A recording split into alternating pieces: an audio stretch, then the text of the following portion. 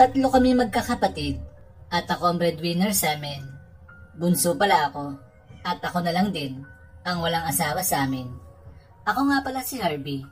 High school graduate lang ang natapos ko. Kaya naman wala akong matinong trabaho. Kung ano-anong trabaho lang din ang napapasok ko. Pero okay lang sa akin yun.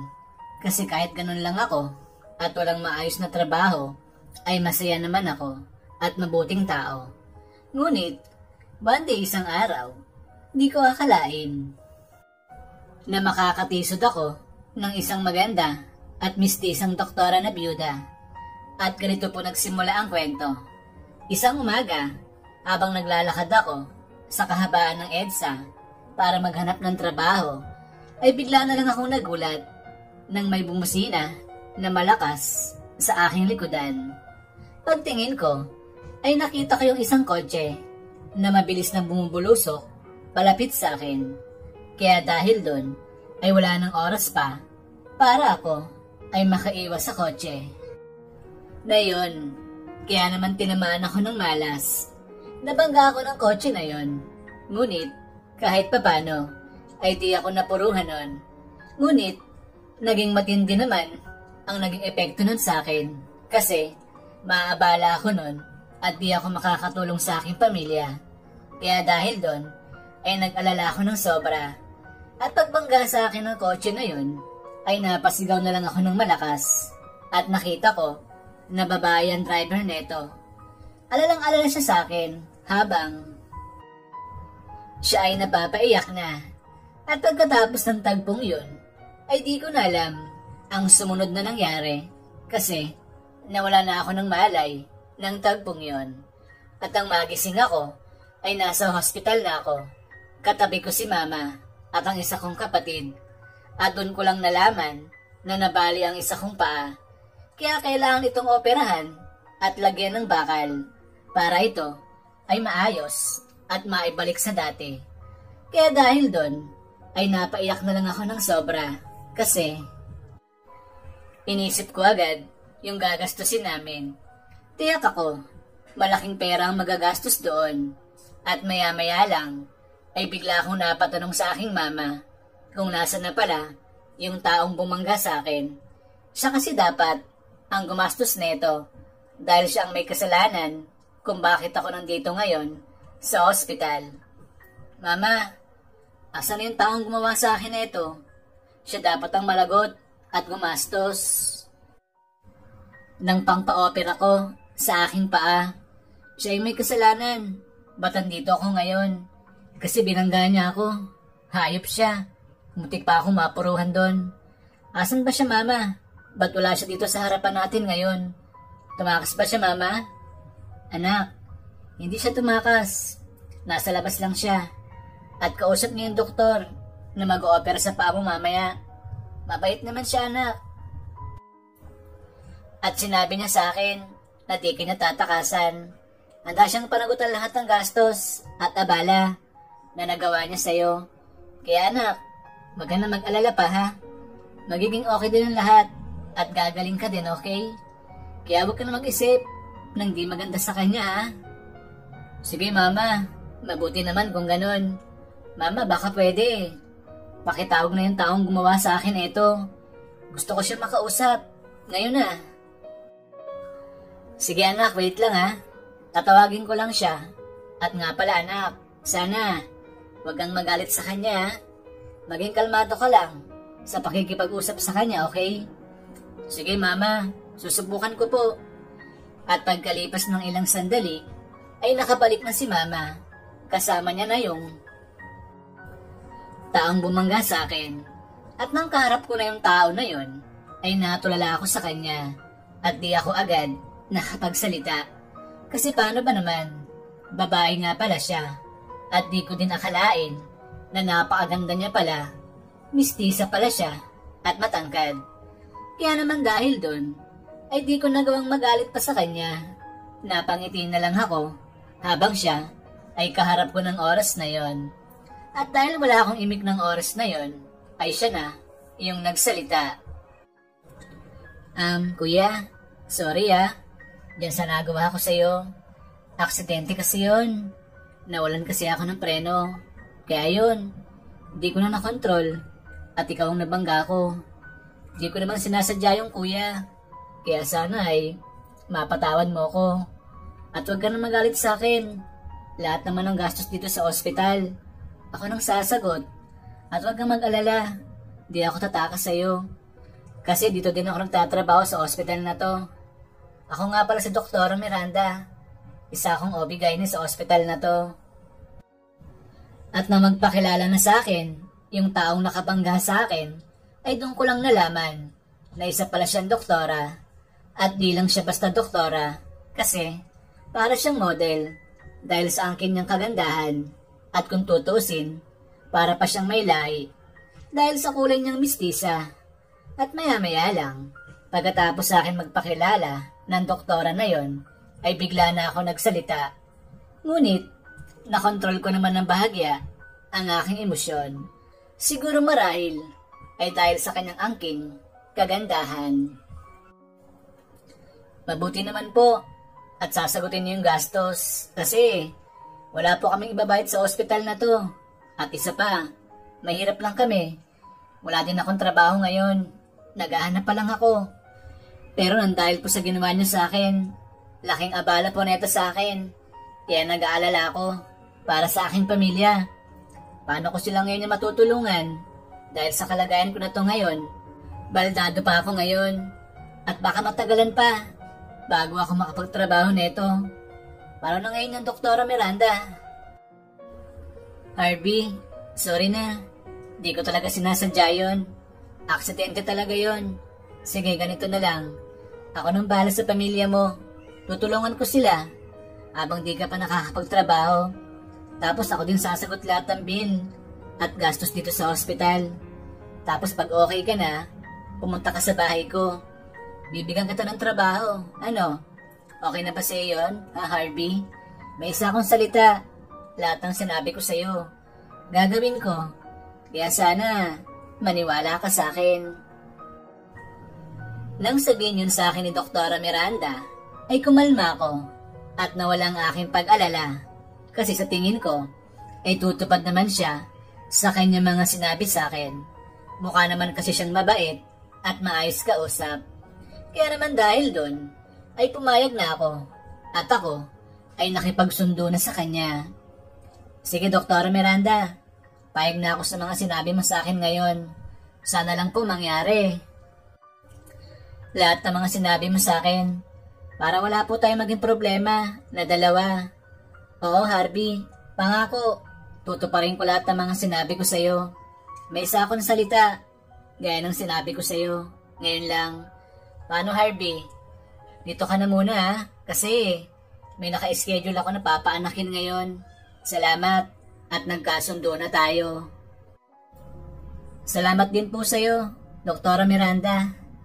At pagtalikod sa akin ni Doktora Miranda, ay di ko maiwasan na di mapatingin sa kanya.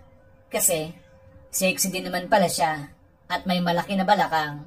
Ang kaso, napaisip ako, ano naman kayang trabaho ang ibibigay niya sa akin pag ako ay magaling na. Lumipas ang 3 buwan, mabilis naman ang naging paggaling ko at ako ay nakalakad na muli ng maayos. Kaya dahil doon, ay agad ko nang pinuntahan yung address ng bahay ni Doktora Miranda. Kasi nga, nangako siya sa akin na bibigyan niya ako ng trabaho. At isa pa, inaasahan niya na din na ngayon araw ang punta ko sa kanyang bahay. Kaya naman, naghihintay na din sa akin si Doktora. At pagkalipas ng 1 oras na biyahe ko, ay nakarating na ako sa kanyang bahay. Nang ando na ako sa labas ng kanyang bahay, ay nagulat ako kasi ang laki nito at mayaman pala si Doktora. Kaya naman, agad na ako nag-doorbell doon sa gate ng bahay niya. At maya-maya lang ay may lumabas na tao at sa tingin ko ay kasambahay ni Doktora. At ang nasa harap ko na yung kasambahay niya na yon, ay agad ako nagpakilala dito. Kaya dahil doon, ay agad naman ako netong pinapasok at sinabi sa akin ng kasambahay niya na kanina pa pala ako neto hinihintay. Sir Harvey, Diyan lang po kayo Ayun po si doktora sa swimming pool. Naliligo lang siya. Pakihintay mo na lang sige po, salamat po. At ang masabi sa akin yon ng kasambahay ni doktora ay nagulat ako at napatingin banda doon sa swimming pool kasi di ko akalain na masisilayan ko pa ang sexing katawan ng doktora na to. At pagkalipas lang ng ilang sandali ay umahon na sa swimming pool si doktora at siya ay palapit na sa akin.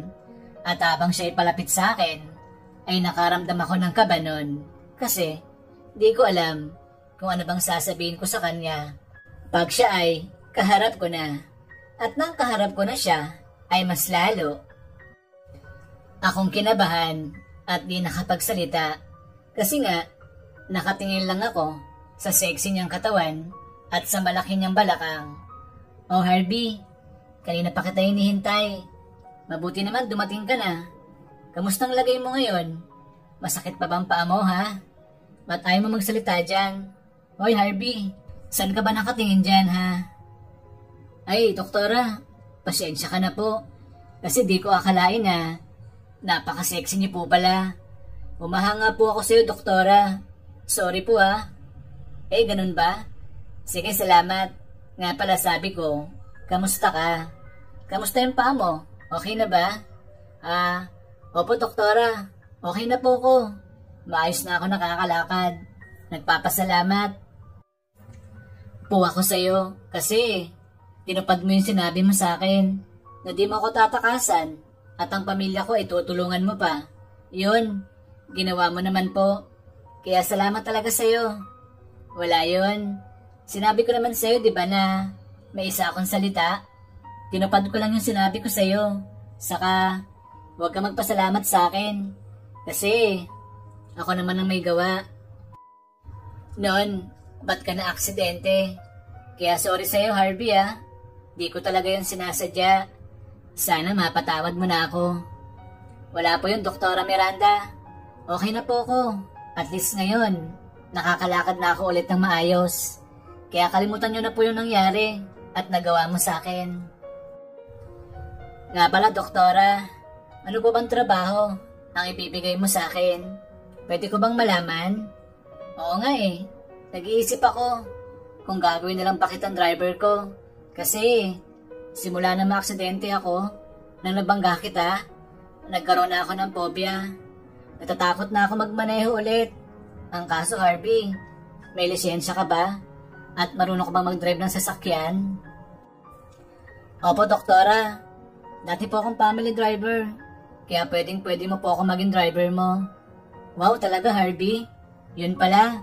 Sakto yung magiging trabaho mo sa akin. Buti na lang. Marunong ka mag-drive at may lisensya ka na. Nga pala, pwede ka na ba magsimula bukas? Kung okay lang sa'yo. Kasi, kailangan ko na talaga ng driver.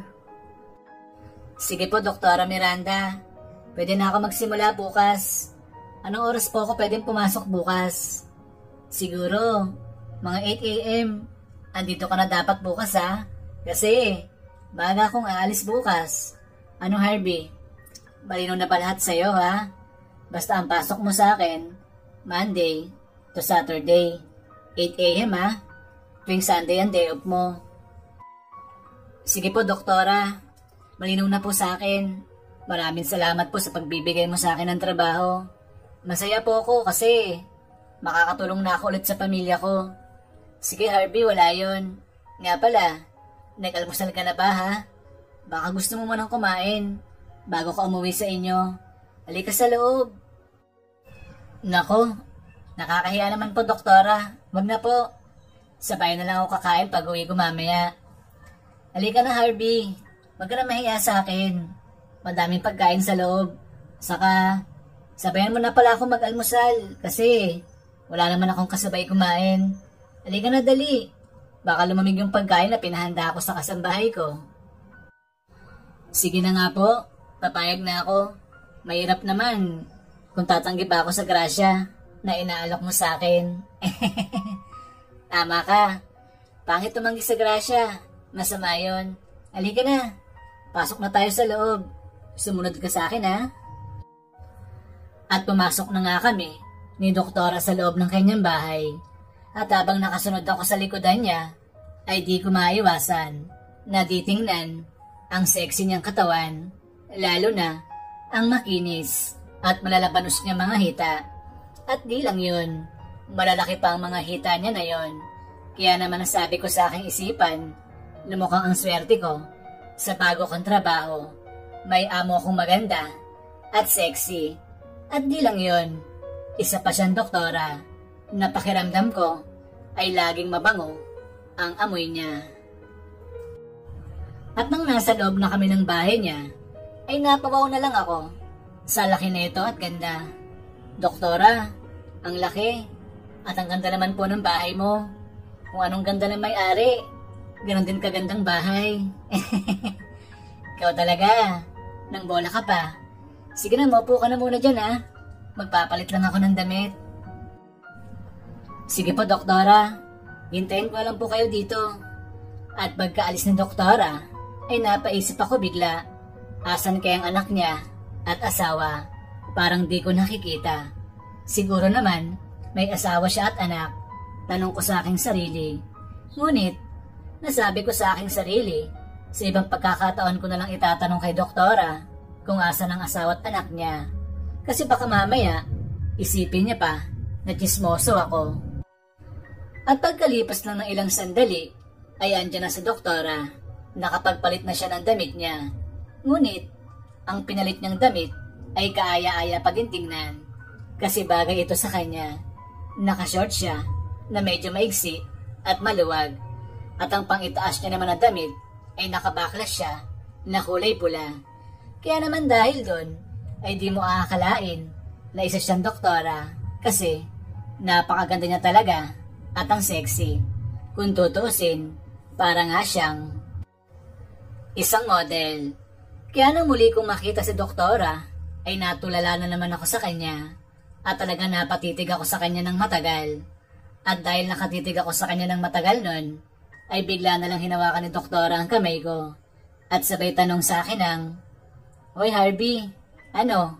Okay ka lang ba dyan ha? Ba't tulala ka na naman dyan? Wala po doktora. Halika po, kain na tayo. Baka nagugutom lang ako, kaya natutulala na ako sa harapan mo. Ikaw talaga. Sige na nga, kain na tayo. At baka lumamig pa yung pagkain. Sige po, kumain na tayo. Nang oras na yun, ay alam kong alam ni doktora ang dahilan ba't ako natutulala sa harapan niya. Ngunit, dinedban niya lang yon kasi nga, mabait siya at magaling makisama sa isang kagaya ko. At habang kumakain na kami, ay biglang pumasok na sa aking isipan na tanungin siya kung asan ang anak niya at asawa. Ang kaso, nahihiya naman ako na itanong yun sa kanya. Di ko alam kung ba't nahihiya ako. Siguro marahil ay professional siya at amo ko siya. Baka yun din ang nag-uudyok sa akin. Napigilan ng sarili ko na itanong yun sa kanya. Kaya naman kumain na lang ako ng kumain hanggang sa ako ay matapos na. At nang tapos na akong kumain, ay napangiti sa akin sa doktora at sabay tanong ng, Ano Harvey, nabusog ka ba ha? Masarap ba yung pagkain na pinahanda ko? Opo doktora, masarap po sobra. Parang kayo lang. Ay ano po, joke lang. Ang ibig ko pong sabihin, masarap po talaga siya, yun po. Kaya eto, madami ako nakain ngayon. Nang masabi ko yun kay doktora, ay napatitig siya sa akin at saka siya napangiti at sabay sabi ng, Ikaw talaga Harvey, pinapatawa mo ako. Sige, mabuti naman. Nagustuhan mo yung pagkain at ikaw ay nabusog. Nga pala Harvey, may anak ka na ba at asawa na binubuhay? Kasi kung meron, baka dagdagan ko yung sahod mo ng onte para makatulong ako sa'yo. Doktora, wala pa akong asawa at anak kasi gusto ko munang tulungan sila mama. At papa, na mapaayos yung bahay namin. Sa aming tatlong magkakapatid, ako na lang pong walang asawa at anak. Breadwinner po kasi ako, doktora. Wow, ganun ba? Sige, maganda yung ginagawa mo na pagtulong sa magulang mo. Kaya sige, kahit wala ka pang asawa at anak, nadagdagan ko pa din ng onting sahod mo para bawi din ako sa'yo sa nagawa kong perwisyo sa'yo nang mabangga kita. Sige po, doktora. Maraming salamat po. Ang bait nyo talaga. At ang ganda pa. Sana po, pagpalain pa kayo. Sige, Harvey. Salamat sa sinabi mo na yan. At pagkatapos ng pag-uusap namin ngayon ni doktora, ay naisip ko bigla, eto na siguro yung tamang pagkakataon na tanungin ko siya kung asa ng asawa at anak niya. Kasi total, tinanong niya din naman ako tungkol sa bagay na yon. Mas okay kung tanungin ko na din siya ngayon. Kaya naman, huminga muna ako ng malalim bago ko yon itanong sa amo kong doktora na maganda at sexy. Doktora, may nais din sana akong itanong sa'yo. Kung okay lang po na itanong ko yun sa'yo. Bakit, Harvey? Ano bang nais mong itanong sa akin na, sige, itanong mo na ngayon. Doktora, kayo po, asa ng asawa at anak mo? Meron po ba? Wala na akong asawa, Harvey, na maalam na siya. Aksidente sa trabaho. Isa kasi siyang engineer. Ang masaklap nga doon, 1 buwan pa lang kami nakasal nang iwan niya ako. Kaya eto, ang aga ko na mabiyuda ako. Nakakalungkot lang, di niya ako nabigyan ng anak bago siya mawala. 5 taon na siyang wala sa piling ko ngayon. Pero ito, malungkot pa din ako hanggang ngayon at lagi ko siyang naaalala, Harvey. Nang madinig ko yung sinabi sa akin ni doktora, ay naawa ko sa kanya. Kasi bakas pa sa mukha niya yung kalungkutan na natamo niya mula sa pagkawala ng kanyang asawa. Kaya naman dahil doon ay humingi ako sa kanya ng tawad at pinalakas ko na lang ang loob niya para hindi na siya malungkot pa. Doktora Miranda, sorry po kung na-open ko pa to sa'yo. Di ko po sinasadya. Sana po mapatawad mo ako at sana din wag kang magalit sa akin. Harvey, okay lang. Di naman ako galit sa'yo. Napag-usapan lang naman natin. Kaya okay lang yun. Sige po, doktora. Nga pala, lakasan mo po ang loob mo. Huwag ka na pong malungkot. Doktora, sa pagkawala ng asawa mo, alam ko po, andyan lang sa tabi-tabi ang asawa mo. Ginagabayan ka po niya araw-araw. At ang masabi ko yun kay doktora, ay dahan-dahan na siyang napaiyak. Kaya naman dahil doon, ay nagpa siya akong tumayo sa aking kinauupuan para siya ay aking makomfort o palakasin ng loob niya. At ang nasa tabi na ako ni doktora ay doon na siya mas lalong napaiyak. Kaya naman hinaplos ko na lang yung likodan niya ng oras na yon para gumaan ang pakiramdam niya. Noong una ay ayaw ko sana yung gawin kasi nga nakakahiya. Ngunit dahil sa naaawa ako sa kanya nun, dahil siya ay umiiyak at malungkot, kaya naman lakas loob ko na lang ginawa yun sa kanya. At habang inaaplos ko ang likodan ni doktora, ay damang-dama ko ang kakinisan at kalambutan ng likodan niya na yun. Kaya naman, sa di sadyang pagkakataon, ay napatingin talaga ako sa likod ni doktora kasi nakabaklis din siya ng mga oras na yon. At maya-maya pa, habang hinaplos ko yung likod ni doktora, ay bigla na siyang yumakap sa akin habang siya ay umiiyak. Nang sandaling yun, ay nagulat ako at nabigla kasi di ko naman ina-expect na yayakap sa akin si doktora ng ganon. Kaya na magkayakap na kaming dalawa ni doktora ay nag-enjoy ako nun at talagang nakadama ako ng saya at bigla ko nasabi sa aking isipan na ang sarap sigurong mahalin ni doktora kasi mabait siya at mabango pa at malambot na mga balat niya at siya yung tipo ng babae na pwede talagang gawin na asawa. Ang kaso, ang naiisip ko na yon ay hanggang pangarap lamang at kailanman ay di yun mangyayari kasi napakalayo ng agwat namin ni doktora. Langit siya at ako naman ay lupa. Kaya malabo talagang mangyari yung aking naiisip na yon. At pagkalipas ng ilang mga sandali, ay kumalas na si doktora sa pagkakayakap niya sa akin at saka na siya nagsalita. Harvey, sorry kung na-open ko pa sa'yo to. Nabasa ko na tuloy ng luha ko, yung damit mo. Namiss ko lang kasi yung asawa ko. Kaya eto, di ko mapigilan na maiyak. Ang hirap lang kasi nang nararanasan ko na yon. Biro mo, bagong kasal lang kami, tapos bigla niya akong iniwan. Kahit sino naman malagay sa ganung pangyayari, diba? Talagang maiiyak at malulungkot ang sobra. Opo, doktora, tama ka sa bagay na yan. Huwag ka na pong malungkot, doktora. Kaya mo po yan. Alam ko po, malalagpasan mo yan. At alam ko, may taong nakalaan sa'yo para muli kang sumaya. May dahilan pong bagay na yun, kaya nyo yung naranasan. Kaya, laban lang po, doktora. Sige, Harvey, maraming salamat sa'yo kasi lumakas muli ang loob ko para lumaban sa hamon ng buhay. Nga pala, mukhang naabala na kita. Baka may gagawin ka pa pag uwi mo sa bahay nyo. Sige na, Harvey, pwede ka nang umuwi ngayon. Wala naman po akong gagawin, doktora. Kaso, kailangan ko na nga umuwi ngayon kasi wala palang tao sa bahay. Umalis.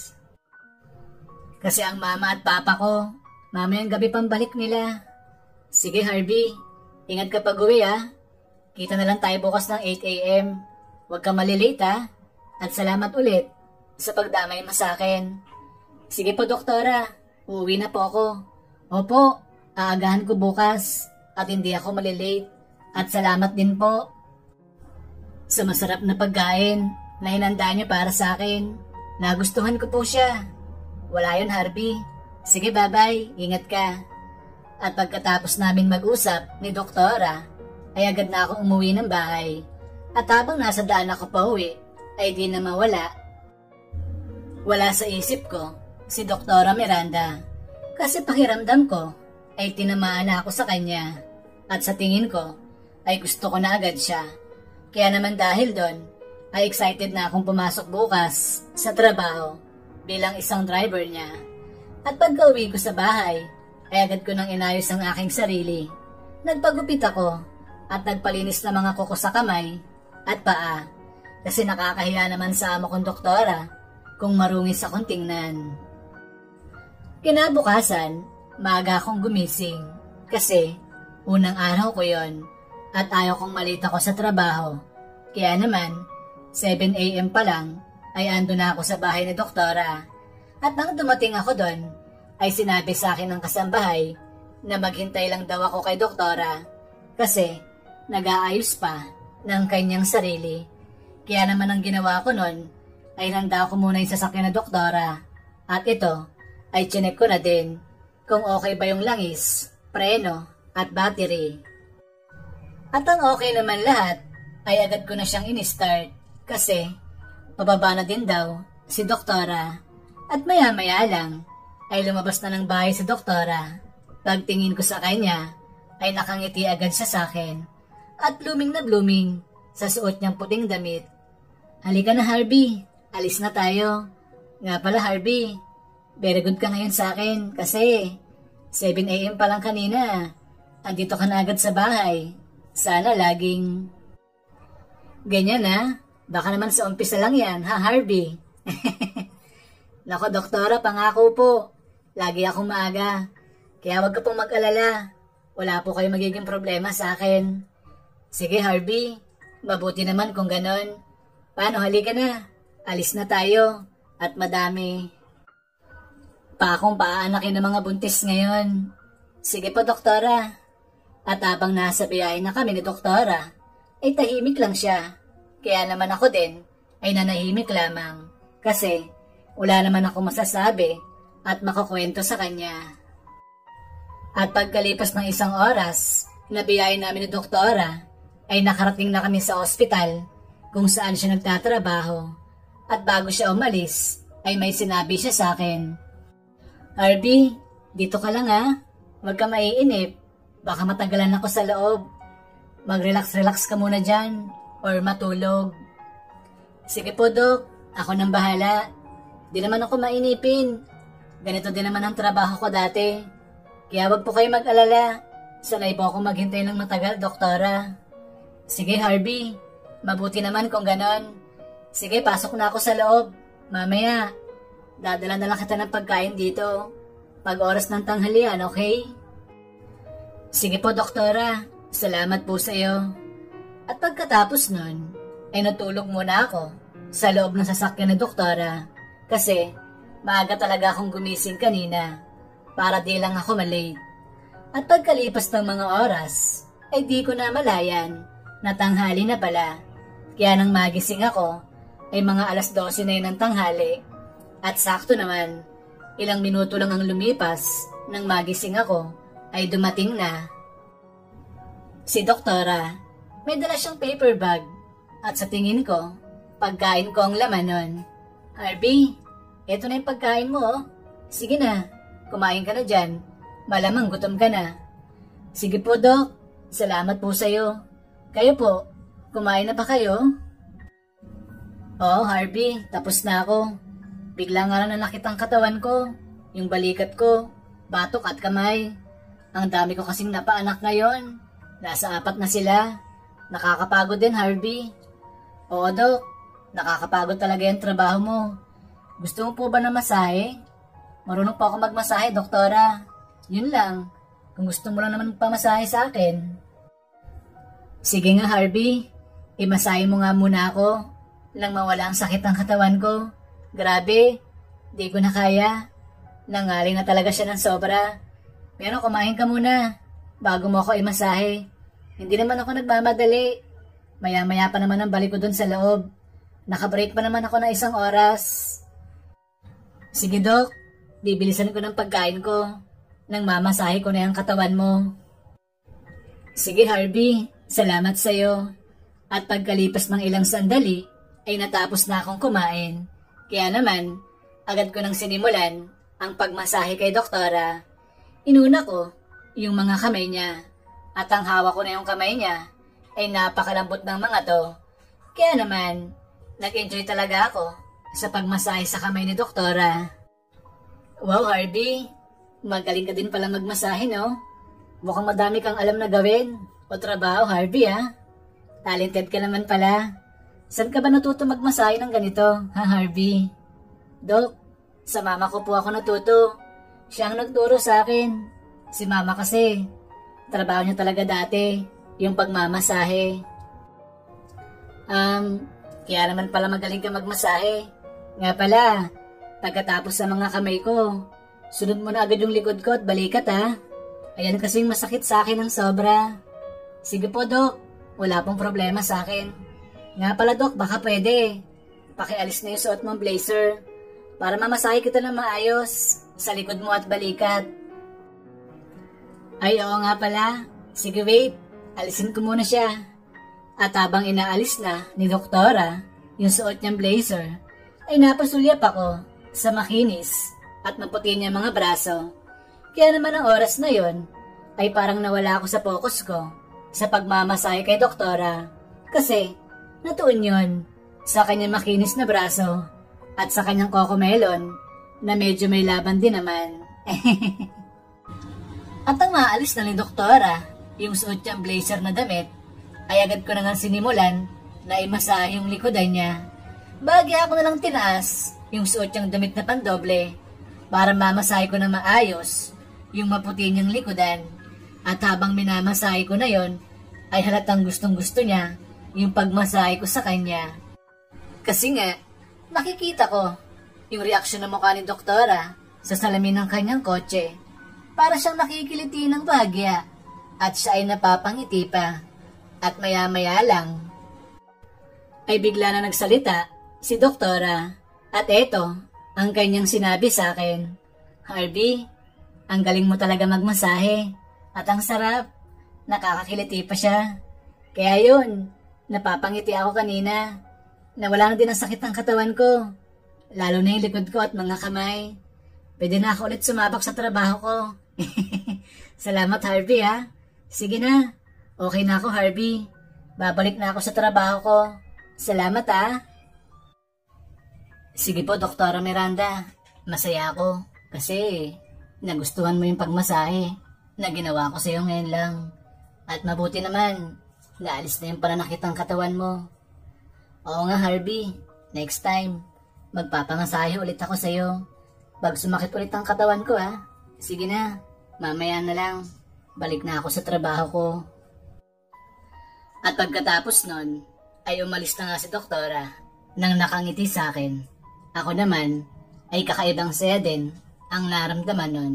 Kasi nga, nakapagmasahe ako ng isang kagaya ni Doktora Miranda na maganda at sexy.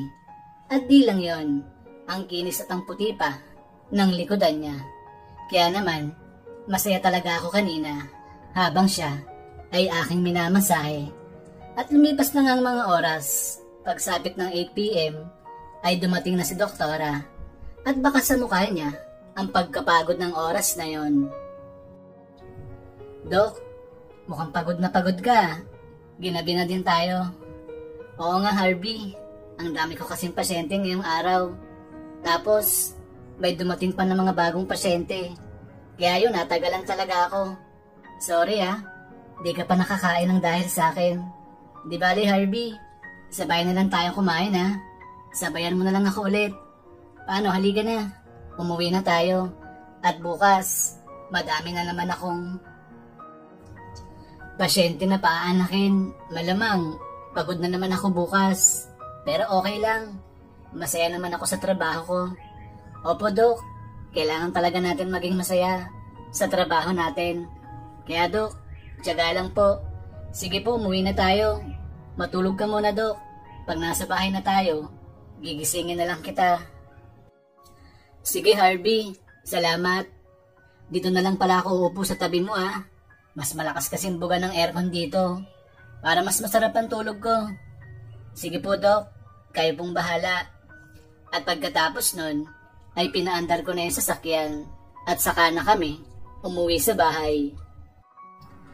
At habang kami ay nasa biyahe na ni Doktora, ay agad naman siyang nakatulog. Kasi nadidinig ko ang mahina niyang paghilik. At dahil medyo traffic ng oras na yon, ay di ko maiwasan. Nadititigan si Doktora. At bago titig ko sa kanya, ay talaga naman humanga ako sa angking ng kagandahan. Napakaamo at ang ganda kasi ng mukha ni Doktora at may buhok pa siya na blondie. Kaya naman dahil doon ay mas lalong lumabas ang kanyang pagkamistisa at samahan mo pa ng maganda at mapupulan niyang labi. Kaya naman naisip ko kung sino man ang lalaking makakasama ni Doktora habang buhay ay talaga namang napakaswerte niya at siya ay pinagpala. At ilang sandali pang lumipas, napansin ko na mas lumalakas ang hilik ni Doktora. Siguro marahil ay dahil sa kanyang pagod ngayong araw. Kaya naman di ko na lang yun pinansin. At nang malapit na kami sa bahay ni Doktora, ay nakita ko na may tumutulo na laway sa kanyang bibig. Kaya dahil doon ay napangiti na lang ako kasi di ko akalain na ang isang Diyosa sa ganda na si Doktora ay tululaway din pala pag siya ay natutulog. Kaya naman dahil doon ay agad akong kumuha ng tisyo para punasan sana yung laway na tumutulo sa bibig ni Doktora. Ang kaso, bigla akong nahiya kasi baka mamaya bigla siyang magising mula sa pagkakatulog niya at maabala ko pa ang kanyang pagtulog. At di lang yon, baka magalit pa siya sa akin. Kaya naman, nagdalawang isip ako na gawin ang bagay na yon. Ang kaso, madami na ngang laway ang tumutulo sa kanya at eto ay paagos na sa kanyang leeg. Kaya naman, lakas loob ko nang ginawa na punasan ng tisyo yung bibig niya at saka yung laway na tumutulo sa kanya. At maya-maya lang, habang yun ay ginagawa ko, ay bigla na lang nagising sa Doktora at sa kanya nakagat ang kamay ko. Kaya dahil doon, ay napasigaw ako ng malakas kasi halos maputol na ang isa kong daliri dahil sa tindi at lakas ng kanyang pagkagat doon. Aray, Doktora, ang sakit. Ano pong ginawa mo? Ba't mo kinagat ang daliri ko? Pinupunasan ko lang naman yung laway mo na tumutulo dyan sa bibig mo. Aray, ang sakit. Nang sandaling yun, ay parang nagulat si Doktora at parang di niya alam ang kanyang ginawa sa akin na pagkagat sa isa kong daliri. Kaya dahil doon, ay napatanong siya sa akin kung ano daw bang nangyari. Ba't daw ba ako sumisigaw ng malakas? O Harvey, anong nangyari sa'yo? Ba't sumisigaw ka ng malakas? Hala, ba't dumudugo yung daliri mo? Dok, kinagat mo po yung daliri ko. Pinupunasan ko lang naman ng tissue yung bibig mo. Kasi Dok, napasarap ang tulog mo. Tapos yun, tumulo po yung laway mo. Kaya yun, lakas loob ko na lang pinunasan yung bibig mo. Para di naman kumalat yung laway. At nang madinig ni Doktora, yung sinabi ko sa kanya, ay bigla na lang siyang napangiti at sabay hawak sa kanyang bibig. Nako, Arby, nagawa ko ba yun? Sorry di ko alam yung ginawa ko na yun sa'yo.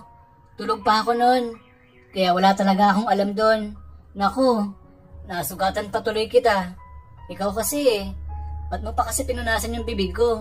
Sana, hinayaan mo na lang na tumulo yung laway ko. Magigising din naman ako niyan. Ano ba yan? Nakakahiya naman sa'yo. Nakita mo pa yung pagtulo ng laway ko habang ako ay tulog. Teka, wait Harvey. Lalagyan natin ng alcohol at Band-Aid. Para di na siya dumugo Tabi mo muna yung sasakyan.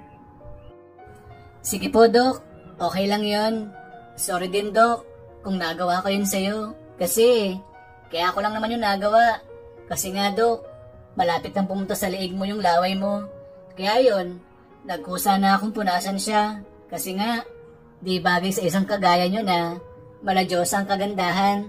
Tapos, tumutulong laway. Sorry, Dok. Ganon. Sige, ikaw nang gumamot sa sugat mo Inaasar mo pa ako, Harvey. Naku, biro lang naman yung doktora. Huwag ka nang magalit sa akin. Hindi ako galit. Joke lang yun. Sige na, akin na yung daliri mo. Nang magamot ko na. Buti, may Band-Aid ako dito sa bag at alcohol. Marunong ka din palang magbiro, Dok. Kala ko, totoong galit ka na sa akin. Oo naman. Anong tingin mo sa akin, robot? Siyempre, kaya ko din magbiro, no? O ayan, okay na. Nalagyan ko na ng Band-Aid ang sugat mo sa daliri. Paano yan, Harvey? Kaya mo pa bang magmaneho, Baka masakit ang daliri mo niyan. Okay lang ako, doktora. Kaya ko pong magmaneho. Saka, isang daliri ko lang naman ang may sugat. Kaya wala pong magiging problema sa pagmamaneho ko. Safe pa din po tayo makakauwi sa bahay mo. Sige, Harvey. Mabuti naman kung ganon. Paano, halika na. Umuwi na tayo. Gutom na ako. At pagkatapos nun, ay muli ko nang pinaandar yung sasakyan para kami ay makauwi na sa bahay. At nang ando na kami sa bahay ni Doktora, ay agad niya na ako niyaya sa loob para kami ay makakain ng dalawa. At nang tapos na kaming kumain, ay nagpahinga lang ako ng saglit at saka na ako nagpaalam kay Doktora Miranda na ako ay uuwi na para ako ay makapagpahinga na din. Lumipas sa mga buwan, naging maayos at maganda naman ang samahan at naging trabaho ko kay Doktora. Mabait sa Doktora sa akin, kaya mas lalo ko siyang pinakitaan ng mabuti. Isang araw ng linggo nun, day off ko. Kaya naman nasa bahay lang ako. At habang nagpapahinga ako sa bahay nun, mga bandang hapon na yon, ay bigla na lang may tumawag sa aking cellphone. Pagtingin ko, ay si Doktora pala yung tumatawag sa akin. Kaya naman dahil doon, ay nagtaka ako. Kasi ba't? Kaya tumatawag sa akin si Doktora. Ano kayang dahilan? Agad ko naman yun sinagot. At nang kausap ko na siya, ay napag-alaman ko na nasa bar pala siya. At sila ay nag-happy-happy ng kanyang mga kaibigan. At ang oras na yon, ay alam ko na kainom na si Doktora. At siya ay lasing na. Kaya niya ako tinawagan kasi magpapasundo siya sa akin. Kasi di niya na daw kayang magmaneho pauwi. Ako naman ay agad bihis para punta na si Doktora dun sa bar na kanilang pinag-iinuman. At nang okay na ako at nakapagbihis na, ay agad na akong umalis ng bahay para sunduin na si Doktora. At pagkalipas ng mga ilang oras, ay nakarating na ako sa bar kung saan nagiinom si Doktora kasamang mga kaibigan niya. Ang kaso, nang ando na ako, ay si Doktora lang ang nadatnan ko doon sa loob ng bar. Mag-isa lang siya at wala nang kasama. Kaya naman, agad ko na siyang nilapitan. Paglapit ko sa kanya, ay kapansin-pansin ko agad ang mamula-mula niyang mga balat. Talagang mistisa si Doktora. Ganon kasi sila, pag nakakainom, ay namumula ang mga balat nila. Dok, mukhang lasing ka na. Asan ang mga kasama mo? Ba't mag-isa ka na lang ngayon dito? Ikaw na pala yan, Harvey. Buti dumating ka na. Yung mga kasama ko, kakaalis lang nila. Sinundo na din sila ng mga asawa nila. Kaya eto, ako na lang mag-isa ang naiwan dito ngayon. Harvey, umiinom ka ba? Baka pwede uminom pa tayo. Samahan mo ka dali. Para kasing gusto ko pang uminom ngayon. Sige na please. Samahan mo ako mag-inom. Kahit ngayon lang. Dok, baka malasing din ako neto. Pag sinamahan ko pa kayong uminom ngayon, baka di na tayo makauwi niyan. Walang magdadrive sa atin pa uwi. Kung gusto mo, Dok, sige. Sasamahan kita uminom. Pero doon na lang tayo sa bahay mo. Para naman kung sakaling malasing ako, at least, ando na tayo sa bahay mo. Safe ka na, di ba? Kasi ako, Dok, kaya ko naman ng sarili ko. Kahit lasing ako. Ikaw lang naman pong inaalala ko. Ayaw ko kasing mapahama ka, Doktora. Ganon ba, Harvey? Sige, may point ka din naman sa sinabi mo na yan sa akin ngayon. Pero Harvey, salamat sa pag-aalala mo sa akin, ha? Ang sweet mo din naman pala. Sige, halika na. Umuwi na tayo. Eto nga pala yung wallet ko. Pakibayaran mo na lang muna yung bill namin. Ako kasi yung taya ngayon eh. Kasi Harvey, birthday ko ngayon.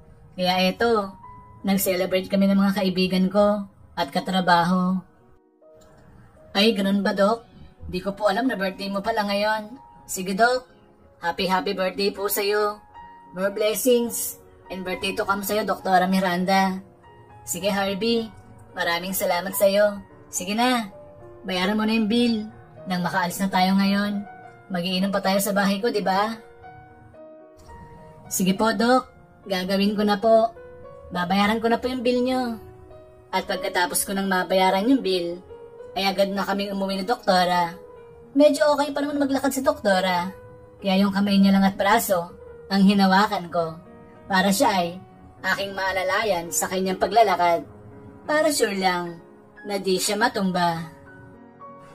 At pagkatapos nun, ay nakarating naman kami ng ligtas at maayos sa kanyang bahay. At ang ando na kami sa bahay niya at di pa kami nakakababa ng sasakyan niya, ay bigla nagsalita sa Doktora. Harvey, baka pwede. Dito na lang tayo mag-inom sa loob ng kotse. Ayaw ko kasi makita ako ng kasambahay ko na iinom ako at lasing. Kung di mo na itatanong, Harvey, tita ko yung kasambahay ko dyan sa bahay. Kaya yung kahit papano, nahihiya pa din ako sa kanya pag ako ay nagiinom at umuwi ng lasing sa bahay. Kaya sana, dito na lang tayo sa loob ng kotse, ha. May binili naman tayong beer at pulutan, di ba? Kaya dito na natin yung lantakan sa loob. At isa pa, madalas ko naman tong ginagawa, Harvey. Pag gusto kong uminom, dito lang ako sa kotse ko. Kasi, yun ang madalas na gawin namin nang namayapa kong asawa. Kaya siguro ngayon, ay bigla ko siyang na-miss. Sige na, simulan na natin ang inuman. Ang drama ko na masyado. Okay lang po, Dok. Kahit magdrama ka, willing po ako makinig sa'yo. Andito lang po ako lagi pag kailangan mo ako. Sige po, cheers. Inom na tayo, Dok. Happy birthday ulit sa'yo, Doktora Miranda, na maganda. At pagkasabi ko nun kay Doktora, ay napangiti na lang siya sa akin. At sa kanya na sinimulan na inumin yung isang bote ng alak. At paglipas ng mga oras, ay mas lalong nagiging maingay na si Doktora. Kasi nga, lasing na siya. At alam ko na nakakaramdam na siya ng hilo. At maya-maya lang, ay bigla na lang ako nagtanong kay Doktora. Tanong na di ko akalain na may tatanong ko sa kanya nun. Siguro marahil ay medyo nakainom na din ako nun.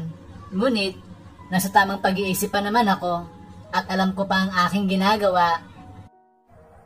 Doktora Miranda, Matanong lang po kita. Di ba sabi mo sa akin, 5 taon nang walang asawa mo? Sa loob po ba ng 5 taon na yon, di mo naisip na magkaroon ng boyfriend? O magmahal muli? Alam mo, doktora, masarap na may kasama ka at may taong minamahal. Saka malungkot pong mag-isa, doktora. Kaya sana po, dumating ang araw, makahanap ka sana ulit ng taong mamahalin mo at makakasama. Alam mo, Harvey, pumasok na yan sa isip ko minsan. Kaso wala nagtatangka namang ligaw sa akin. Yung iba naman, nagpaparinig lang. Tapos di na itutuloy. Siguro takot sila na mabasted ko. Kung di mo natatanong, Harvey, pihikan kasi ako at mapili sa lalaki. Kaya yun, wala nagtatangka sa akin namang ligaw. At isa pa, ayaw ko muna magpaligaw ngayon. Saka na lang, pag tumibok muli ang puso ko. Sa ngayon kasi, wala pa nagpapatibok ng aking puso. Kaya okay lang siguro na mapag-isa muna ako ngayon, di ba? Ay, ganun po ba, Dok? Sa bagay, okay lang naman po na maging pihikan ka sa lalaki na mamahalin mo. Kasi maganda ka naman, sexy, matangkad, at mayaman. Kaya dapat lang, gwapo at mayamang lalaki ang mapunta din sa'yo at mapangasawa mo ulit.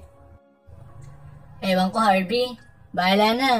Basta kung kanino tumibok ang puso ko, doon ako.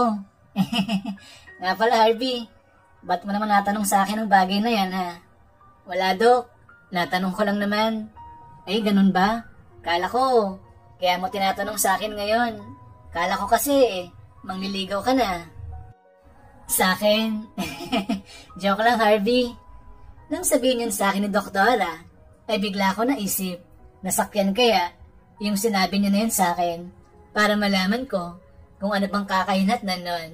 Kaya naman, agad na ako nagsalita at sinabi ko kay Doktora na kung mangliligaw kaya ako sa kanya, ay may pag-asa kaya ako sa kanya. Bakit, Dok? Kung mangliligaw ba ako sa iyo, may pag-asa kaya ako? Siguro wala naman. Malamang, unang-una, tauhan mo lang ako. Tapos mahirap ako. Di naman ganun kagwapo. Kaya malabo na sagutin mo ako, no? Ikaw talaga, Harvey. Sineryoso mo naman yung sinabi ko sa'yo. Joke lang yun, ano ka ba? Tinotoo mo naman agad. Talagang may balak ka manligaw, ah. Loko ka, Harvey, at mapagbiro. Dok, paano po? Kung di yun joke, talagang gusto kitang ligawan, Doktora Miranda. Sa araw-araw kasi na, kasama kita. At halos, 1 taon na din ako nagtatrabaho sa'yo. Hindi imposible na mahulog ang loob ko sa'yo, Dok. Ang bait mo kasi sa akin. Kaya, Dok, gusto kitang ligawan. Tumingin ka po sa akin ngayon na maayos. Para maniwala ka na nagsasabi ako na totoo. At talagang seryoso ako sa'yo na ikaw ay aking ligawan. Wala man akong yaman, Dok, at walang aral. Pero, sisiguraduhin ko na maayos sa magiging samahan nating dalawa. Hindi kita iiwan at pababayaan. Magsisikap ako para mapagmalaki mo din ako. Ano, Dok? Pwede ba ako manligaw sa'yo? Pagkasabi ko lang kay Doktora, ay tumingin naman siya sa akin. Ngunit maya-maya lang, ay bigla siyang tumawa ng malakas at sabay sabi sa akin ng salitang to. Harvey, kala ko, ako ang lasing. Mukhang ikaw na ata lasing sa ating dalawa. Kung ano-ano na kasi sinasabi mo sa akin ngayon. Alam mo, Harvey, mabuti pa. Tumigil na tayo sa pag-iinom ngayon. Pakihatid mo na ako sa loob ng bahay. Halika na, dali. At pareho pa tayo may pasok bukas. At nang sabihin niyan sa akin ni Doktora, ay bigla ko nalang hinawakan ang mga kamay niya. Tinitigan ko siya at sabay tuka ako sa kanyang labi. Nang gawin ko yun sa kanya, ay di siya pumalag. Wala siyang imik. Kaya naman dahan-dahan ko nang nilapat ang mga kamay ko sa kanyang bewang. At pagkalipas ng ilang sandali, ay napahawak si Doktora sa aking ulo at sa kanya ako tinulak palayo sa kanya. At sabay sabi ng salitang to, "Ha, Harvey, ba't mo yung ginawa sa akin, ha?" Hindi ako lasing, Harvey. Kaya alam ko tong ginawa mo sa akin ngayon, napagtuka sa labi ko. At nang sabihin yun sa akin ni Doktora, ay tinitigan ko lang siya. At sabay hawak sa kanya magkabilang pisngi. At pagkatapos nun, ay muli ko siyang tinuka sa kanyang labi. Hanggang sa, di na siya magsalita ng mga oras na yon. At di naman niya na lang ang pagtuka na ginagawa ko sa kanya ng mga sandaling yon. At pagkatapos nun, ay saka kami nagkakapan na dalawa habang kami ay nakasandal sa upuan ng kanyang sasakyan. Halos 1 oras na magkayakap kami na doktora. Kaya naman ang oras na yon ay ang saya-saya ko talaga kasi di ko akalain na matutuka ko si doktora sa kanyang labi. At di lang yon, nayakap ko pa siya ng matagal. Kaya naman damang-dama ko ang lambot at bango ng kanyang katawan. At nakakatulog kami ng doktora nang kami ay magkayakap na dalawa. At mga bandang 5 a.m. ng madaling araw, nagising ako kasi kumalas na siya pa namin sa doktora at sabay sabi sa akin ng salitang to, Harvey, gumising ka na dyan. Papasok na ako sa loob ng bahay ha. Pwede ka nang umuwi ngayon. Nga pala ngayong araw, huwag ka na muna pumasok ha. Tatawagan na lang kita pag pwede ka nang pumasok. At huwag ka na magtanong pa, okay? Sige na, umalis ka na. Salamat sa paghatid mo sa akin dito sa bahay. Nang sandaling yon, ay nakadama ako ng kalungkutan. Kaya naman, di na ako nakapagsalita nang sabihin yun sa akin ni doktora. Kasi, alam ko na nagalit siya sa akin dahil dun sa nagawa kong pagtuka sa labi niya. At mukhang alam ko na, wala nang balak pa si doktora na ako ay pabalikin niya sa akin trabaho. Kaya naman, habang ako'y palayo sa bahay niya, ay naiiyak ako at nang hinayang. Napaisip ako bigla na sana di ko nalang ginawa ang bagay na yon kay doktora. Siguro ngayon ay di siya galit sa akin at malamang may trabaho pa din ako sa kanya. Ngunit magsisiman ako ay huli na kasi nangyari na yon at di na pwedeng maibalik pa yon. At pag-uwi ko sa bahay, ay balisa ako. Kaya agad pasok na ako sa aking kwarto para makapagpahinga na at matulog. Ngunit, nang nakahiga na ako sa aking kama, ay di na ako dinalaw ng antok. Kasi nga, dahil dun sa nangyari at nagawa ko kay doktora, nang siya ay aking matuka sa kanyang labi. At dahil di ako makatulog ng sandaling yon, ay tiningnan ko na lang yung mga pictures ni doktora sa aking cellphone. Kasi may mga ilang picture niya ako na nakasave sa aking cellphone. At habang yun ay tinitingnan ko, ay naiisip ko agad ang mukha niya at ang nagawa kong pagtuka sa kanyang labi. Nang oras na yon ay wala akong magawa. Kaya naman, nanahimik na lang ako at tinanggap ko ang aking nagawang pagkakamali kay doktora. At lumipas ang 5 araw, wala akong natanggap na text o tawag kay doktora.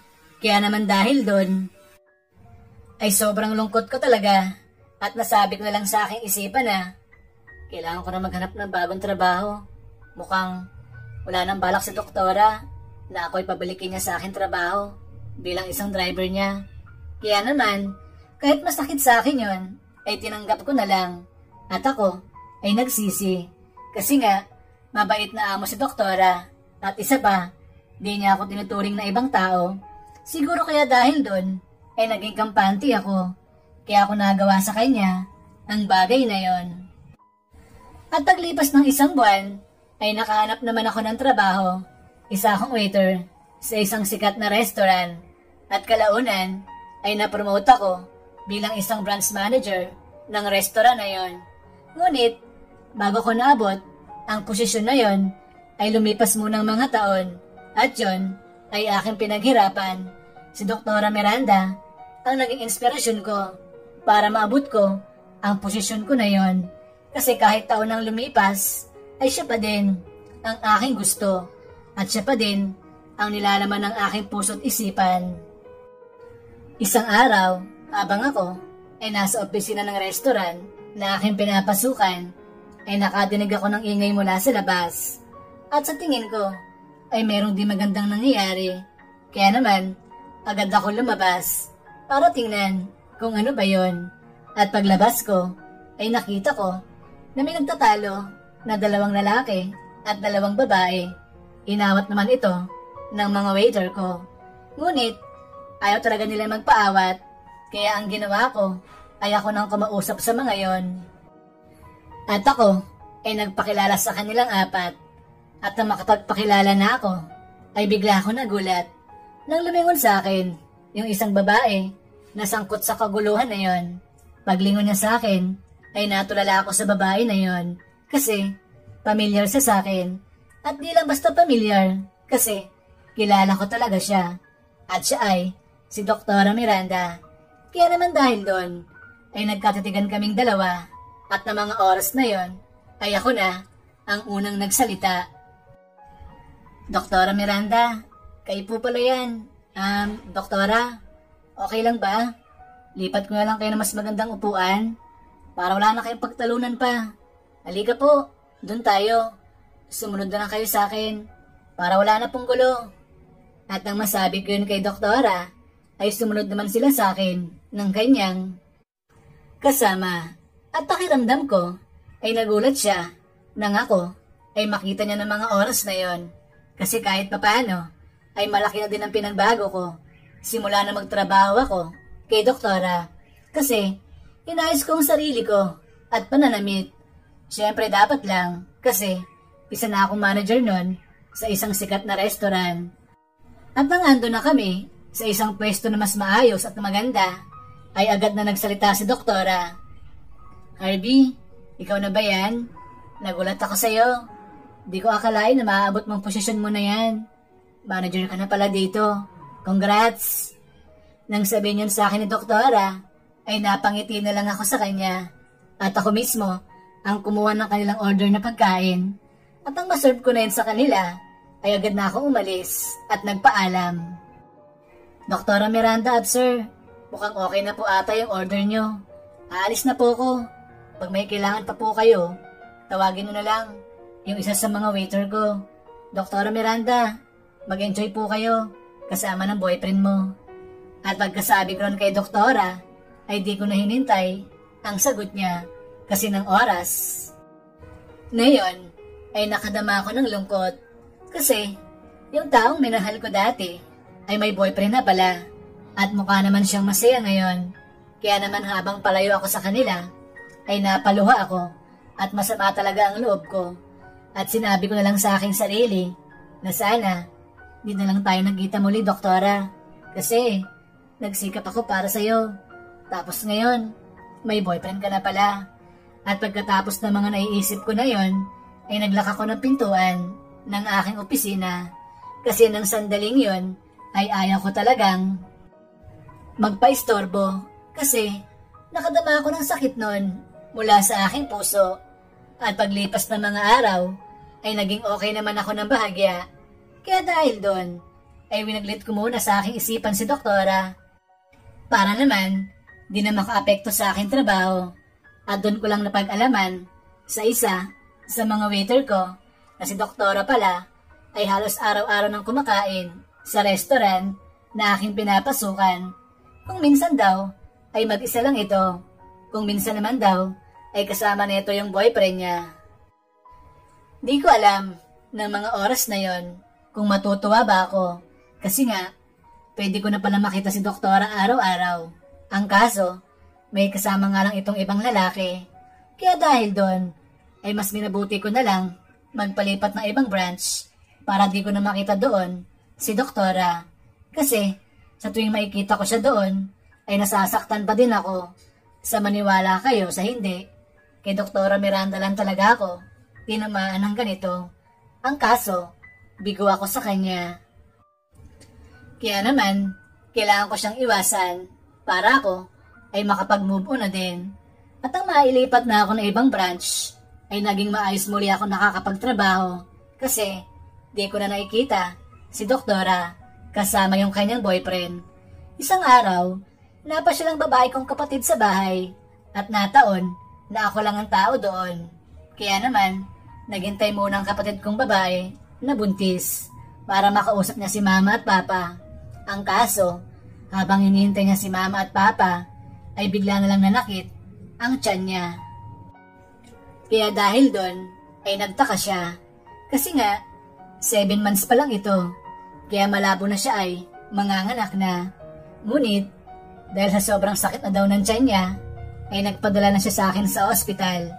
Agad ko naman siyang dinala sa pinakamalapit na ospital mula sa bahay namin.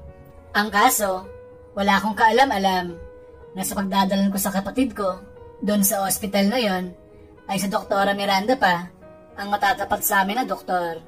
Kaya naman, napaisip ako na talagang pinagtatagpo ata talaga kami ni Doktora. Dok, paki-assist naman siya. 7 months pa lang ang tiyan niya, pero masakit na daw ito. Baka manganganak na siya. Sige Harvey, ako nang bala sa asawa mo. Diyan ka na lang sa labas ha. At nang sasabihin ko palang sana na di ko siya asawa, ay bigla naman alis agad sa harapan ko si Doktora. Kaya di ko na nasabi sa kanya na kapatid ko yung buntis na yon. Sa bagay, di ko siya masisisi. Kasi nga, emergency nangyari na yun sa aking kapatid. At paglipas ng 3 oras, ay lumabas na mula sa emergency room si Doktora. Ako naman ay agad lapit sa kanya at tinanong ko kung anong lagay ng aking kapatid. Dok, kamusta yung kapatid ko? Maayos pa siya? Nanganak na ba siya, Doktora Miranda? Kapatid mo siya, Harvey?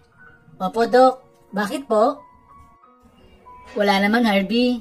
Kala ko kasi asawa mo siya. Wag ka na mag-alala.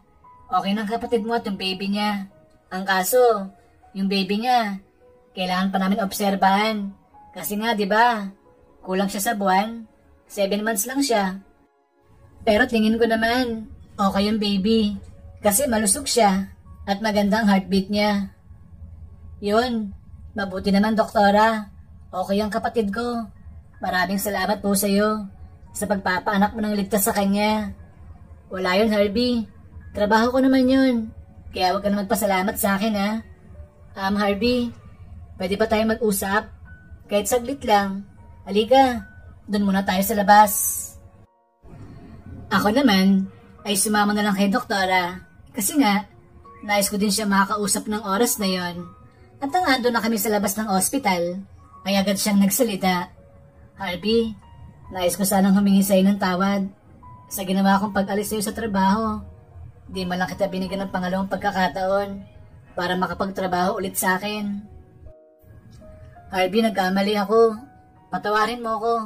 Sana di ka galit sa akin. Nabigla lang naman ako noon at natakot. Kasi nga, dun sa ginawa mo sa akin, napagtuka sa labi ko. Di ko yun inasahan, Harvey. At isa pa, aminado ako na di ko tanggap ang pagkatao mo noon.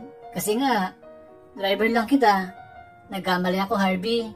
Sana di pangulin lahat para sa atin. Alam mo bang inahanap-hanap din kita noon? Kaso yung number mo, di ko na makontak. Mukhang nagpalit. Kata ng number. Tapos, na magkita naman tayo sa restaurant dati. Naging masaya ako noon. Kaso isang araw, bigla ko na lang nalaman na nagpalipat ka na nga daw na ibang branch. Nalungkot ako noon, Harvey. Sa maniwala ka o sa hindi. Kaya ngayon, na magkita tayo, sinamantala ko na itong pagkakataon na to para makausap ka. Harvey, iniiwasan mo na ba ako? Galit ka ba sa akin? Doktora, aaminin ko, sumama ang loob ko sa'yo noon kasi inasahan ko na makakabalik pa ako sa akin trabaho. Naghintay ako noon, Dok. Kaso wala kang tawag sa akin. Kaya yun, sinabi ko sa akin sarili na magsisikap ako. Ikaw ang ginawa kong inspirasyon, Dok, para umangat ako sa buhay. Kaya ngayon kahit papano ay isa na akong manager. Dok, mahal kita dati pa. Mahal na mahal. Ang kaso, huli ng lahat para sa atin. May boyfriend ka na at mukhang masaya ka na sa kanya ngayon. Nang aminin ko kay Doktora yung nararamdaman ko para sa kanya, ay bigla niya akong hinawakan sa mga kamay ko at dali-dali niya ako niyaya sa loob ng kanyang kotse. At ang ando na kami sa loob ng kanyang kotse, ay agad niya akong tinuka sa aking labi at sabay yakap sa akin ng sobrang higpit. At pagkatapos ng tukaan namin na yun ni Doktora, ay hinawakan niya ako sa aking muka at sabay sabi sa akin ng salitang to na kinagulat ko naman talaga. Harvey, mahal na mahal din kita. Yun ang totoo. Hinahanap-hanap din talaga kita. Lalo na yung mga pagtuka mo sa aking labi. Harvey, I love you. Dok, diba, May boyfriend ka? Paano siya? Di ko siya boyfriend, Harvey. Mangliligaw ko lang yon. Na magkita nga tayo sa restaurant dati. Nagselos yun. Akala niya, ex-boyfriend kita. Kahit sinabi ko na sa kanya, na dati kitang driver. Ayun, ayaw maniwala sa akin. Nagselos talaga. At sinabihan pa akong sinungalin. Kaya yun, binasted ko agad siya. Kaya Harvey, wala akong boyfriend ngayon. Ay mali, meron na pala. Harvey, can you be my boyfriend? Harvey, seryoso ko. Sana sumagot ka ng tama ha. Kundi, babanatan kita. Nang madinig ko lahat ng mga sinabi sa akin ni Doktora, ay nakadama talaga ako ng saya. Ang kaso naisip ko, totoo kaya lahat ng mga to. Kasi alam ko sa aking sarili, kaya nilang siguro ko nagustuhan ngayon, ay dahil may maayos na akong trabaho at pwede niya na akong ipagmalaki sa kanyang mga kaibigan. Ngunit, dahil sa mahal ko naman talaga si Doktora, ay di ko na lang pinansin yun. At pinaglit ko na lang ang naiisip ko na yon. Kasi alam ko naman na mabait na tao si Doktora. At isa pa, mayaman at may pera na si Doktora. Kaya wala na siyang dahilan pa para pag-interesan ang aking trabaho or pera. Kaya naman napangiti na ako kay Doktora ng sandaling yon. At sabay sabi sa kanya ng mga salitang to, "Siyempre Doktora, payag ako na maging boyfriend mo ko. Walang dahilan para tanggihan kita. At saka Dok, matagal na ako may pagtingin sa'yo. Nang driver mo pa lang ako. Dok, mahal na mahal kita. At gusto kitang pakasalan at maging asawa ko." Talaga ba Harvey? Dapat pala. Noon pa kita tinanggap no? Sayang, may anak na sana tayo ngayon. Sige Harvey, gawin mo akong asawa mo at ako ay pakasalan mo na. At pagkatapos yun masabi sa akin ni Doktora Miranda, ay agad ko siyang niyakap na mahigpit. At ang araw na din na yun, ay nagawa ko siyang mapaligaya. Gumawa kami ng paraan na dalawa para mangyari ang bagay na yon. At pagkatapos kong mapaligaya sa Doktora, ay ang saya-saya ko talaga. Kasi ako pala, yung maswerteng tao na mapapangasawa niya. Kaya naman ang oras na yon, ay nasabi ko sa aking sarili na hindi ko pababayaan sa Doktora at siya ay mamahalin ko ng tapat at sobra. At pagkalipas lang ng ilang buwan na mag-boyfriend at girlfriend kami ni Doktora, ay nagpakasal na kaming dalawa. Nagkaanak kami ng 3 at namumuhay kami ngayon ng maayos at masaya. At yan po ang istorya ng dating driver na street lover na nadiligan ang isang byuda at mistisang doktora na ngayon ay asawa ko na. So ayun, tapos na yung full story natin. Sana po na-enjoy nyo. Maraming salamat po sa inyo. Bye-bye!